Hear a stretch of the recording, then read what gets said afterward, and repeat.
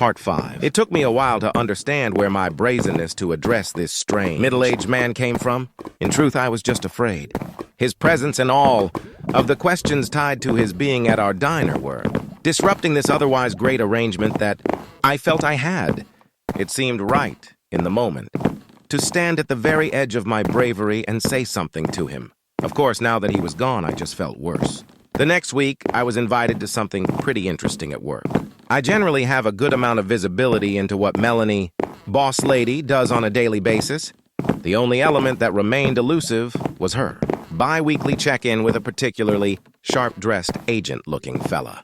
There was a pretty consistent presence of state troopers, agents, and similarly uniformed men and women dropping into the diner, though I seldom paid it mind beyond simply noticing it.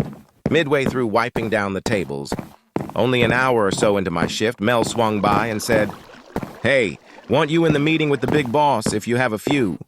"The big boss?"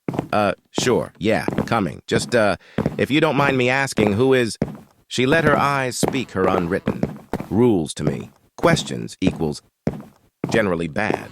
"Thank you for the reminder, ma'am." We maneuvered to a back room and sat at a table. Across from us, already seated, was a man in a sharply tailored suit with a subtle earpiece in the aforementioned agent. The table was littered with a small, messy stack of notes, papers, and documents. He made it a point to size me up, staring me down uninterrupted like a deer to headlights. No concern at all about how awkward he was making it for me. Then he turned to Melanie. "How long she been here?"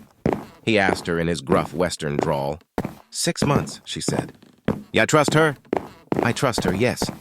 He let his eyebrows say, "If you say so, then went on with it." "All right, so. Apparently you had a visit from the wandering man last week."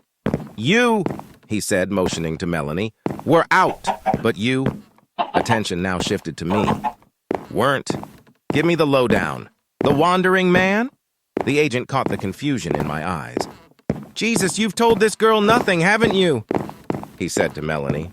"Sir, I know it sounds weird," she said, "but I personally feel as if the man is almost, I don't know, drawn to curiosity. Like, maybe the less I say to those not already in the know, the bet is our nickname for the fella that sits in the corner of your fine little establishment. Or should I say, the state's fine little establishment." "I'm sorry?" I asked. Subscribe for part 6.